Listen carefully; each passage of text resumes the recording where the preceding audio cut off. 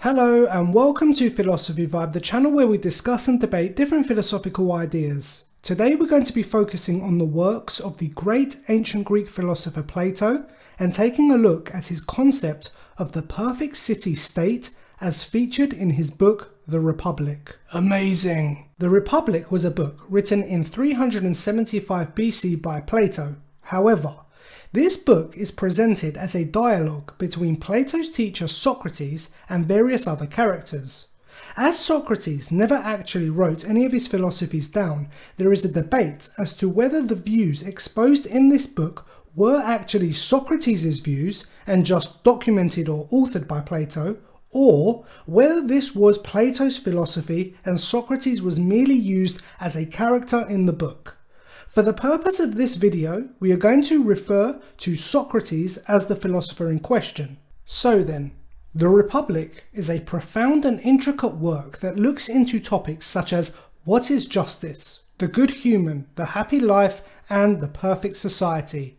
In this video, we are just going to look into Socrates' vision of the perfect society, and we will be analysing this hypothetical utopia, and if we would agree, this would be the best city-state to live in. Great, let's begin. Very well.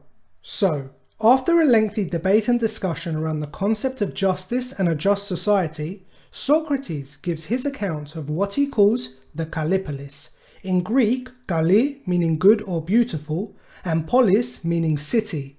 So then this is the perfect utopian city. Socrates takes on a deep discussion as to what this would look like. We would of course begin with the basics, the necessities that all humans would need to live: food, clothing, health and shelter. Here, the people would find those that best suit the positions of farmers, craftsmen and doctors. Once the basic necessities are taken care of, the people can start thinking about luxuries. This is when positions such as poets, merchants and traders, sportsmen, beauticians and inventors will arise. I see. Here we have the first class of people in the city, known as the producers. The producer class are the ones who produce everything the city needs to run, from the necessities to the luxuries. Right. Now, it is vital to this perfect society that everyone must always stick to the positions they are best suited for.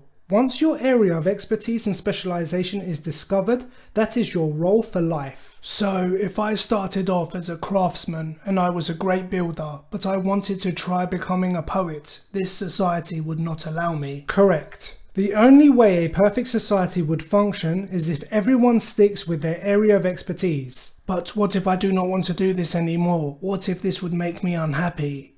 Socrates argued that people will naturally gravitate to the area they specialize and excel in. It was natural that people do what they are meant to do, and this is what makes them happy. However, even if there are some anomalies, you must remember this perfect society is about the happiness and well-being of everyone who lives there, not just one individual.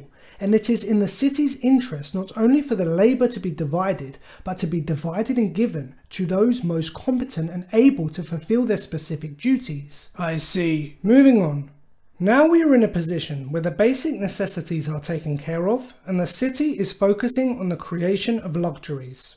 However, Socrates saw that this would of course attract attention to other city-states, and there may be threats of invasion from other neighbouring cities to come and take the luxuries this republic has.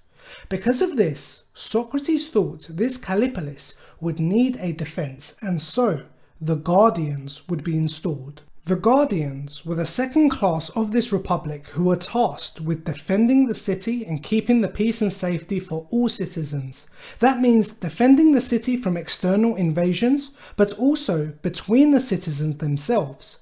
The Guardians are effectively the Kallipolis' army with professionally trained soldiers. Yes, I understand. The Guardians will, however, require the right balance and temperament. They need to be tough but not ruthless. All warriors will therefore be carefully selected from childhood based on the child's character. However, nature is not enough to develop one into a guardian. A strict education from the city is needed. Here, Socrates explains that the guardians will undergo physical training for bodily strength, as well as education in music and poetry for the soul. In addition to this, it is very important that all information the guardians learn is monitored and censored, as all stories a child hears goes on to shape their soul. The guardians therefore will only ever be exposed to stories that portray the gods in a good light. They can never hear a story showing the gods as evil, murderous or villainous, as they may believe this is appropriate behavior to adopt. The gods can never be shown to change or morph into something or someone else, as it may give the impression that change is possible, and the guardians can never yearn for another life. The underworld must always be portrayed in a positive way, so the guardians never fear death. All stories must promote values such as bravery, honor, honesty, obedience. These are just some of the conditions and restrictions on the education for guardians. Wow, fascinating. So now we have two classes. The producers of the city, creating the necessities and the luxuries, and we have the guardians, protecting the city. From the guardians, however, a new class will emerge.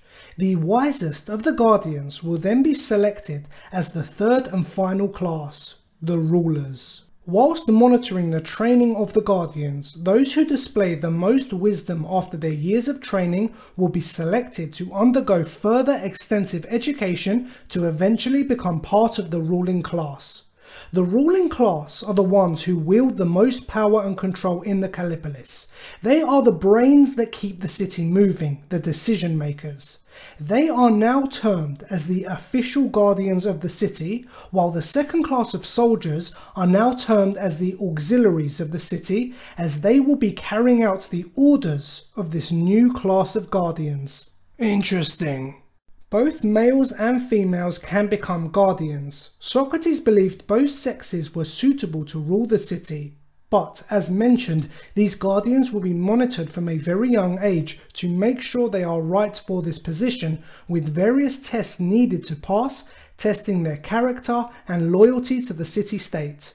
The education of the guardians is also very rigorous. In addition to the auxiliary training of music, poetry and physical training, they must receive years of training in mathematics, dialectic training, leading people and of course philosophy. It is this education that has led to Socrates' rulers being colloquially referred to as the philosopher kings. Once this education is complete and they are of mature age, they will become the rulers of the city. Okay, so they are effectively the kings of the city, wielding the most power. Yes, in terms of directing and maintaining the Callipolis, but not in respect of their own personal lives. What do you mean? Socrates explained that there are a lot of very strict rules for one to become a guardian, and they do in fact live very restricted lives. In what way? Firstly, the guardians are not allowed to own any private property or even touch any gold or silver. Because the ownership of private property and wealth can corrupt and distract, it is just a pure ban on any guardian being able to own anything. Instead, all guardians must live in a commune with very little privacy, and everything they need will be paid for and maintained by the taxes of the city. I see. In addition to this, guardians are not allowed to enter into monogamous relationships or nuclear families. All guardians will share each other, and if a guardian gives birth, the child will immediately be taken from the mother and looked after by a nurse for some time. This is so no parent will know who their natural sons or daughters are. All children must be shared equally between all guardians. Wow, that's quite a restricted life. Yes, but this ensures no guardian has loyalty to a family or tries to put their family over the city. No guardian will ever be motivated by greed or rule breaking to better their family. They love their whole commune, and their purpose is to rule the city as part of the commune, putting the Callipolis first. Yes, I see. So there we have the structure of the perfect city-state. The first class we have are the producers. These are the masses, the average people who specialize in their professions and live their lives in this perfect city. The second class we have are the auxiliaries, the warriors who defend the city. These auxiliaries are chosen from a young age based on their character, but then they are educated and trained to become the best and most balanced soldiers. They undergo strict training and education, and they are heavily monitored as to what they can learn and what stories they can hear. And finally, we have the Guardians, the ruling class chosen as the wisest of the auxiliaries. These rulers are incorruptible. They have no wealth, no private property, and no families. Their only loyalty is to the city and doing what is best for the city. These rulers go on to be deeply educated in philosophy and shaped to rule. Socrates believed that philosophers naturally make the best rulers as they are the wisest of people. They are better able to see the truth and to understand the life around them. Society should be ruled by these philosopher kings. So, well done to everyone who's watching this video. Carry on, kings. Socrates argued that this societal structure is built on three core virtues: wisdom, courage, and moderation. Wisdom is the guardian class ruling over the city. Courage is the auxiliary class defending the city, and moderation is the producer class understanding the power balance and following it. Once these virtues are being met in the city, Socrates claims justice is met and the perfect city-state is created. I see. It is imperative that everyone remains in their class and follows their role for this Callipolis to survive. In order to make sure that no one strays from their class, Socrates recommends telling all citizens the myth of metals. However, this myth will be told to everyone as a fact. The myth goes that all people are born out of the earth with a metal mix in their soul. Each person either has a gold mix in their soul, a silver mix in their soul, or a bronze or iron mix in their soul. Those with a gold mix are born to be part of the ruling class. Those with a silver mix are born to be part of the auxiliary class, and those with bronze or iron are born to be part of the producer class. We are all born into our classes by nature, and going against our metal mix would therefore be unnatural and unjust. We must then stay in the class that nature has decided. Very fascinating idea of a utopia, and there is definitely a lot here to unpack and think about. Straight away, I actually see similarities between the Callipolis and our modern societies. We do not obviously follow Socrates' structure exactly, but we do have our ruling class of politicians who have very little privacy and are under a lot of scrutiny by our media and population. We have our military, and then we have the general public. Yes, exactly. However, I think it's pretty obvious that there are huge flaws with Socrates or Plato's idea of a perfect city-state. In fact, I see this as more of a dystopia than a utopia. How is that exactly? Well, firstly, the state does not allow for any social mobility. Someone who is a good carpenter must remain a carpenter for the rest of their lives. It would never allow for a carpenter to study hard and become a ruler. It wouldn't even allow the carpenter to give up the profession and do something else. This is a very horrible position to be in, especially if you do not like the profession you are in. People are given very little freedom in this city-state. Their lives are decided for them, and they cannot ever break out of this lifetime label. They are forced to carry out their function whether they want to or not. This is taking all autonomy and freedom away from the individual and letting the state decide your role.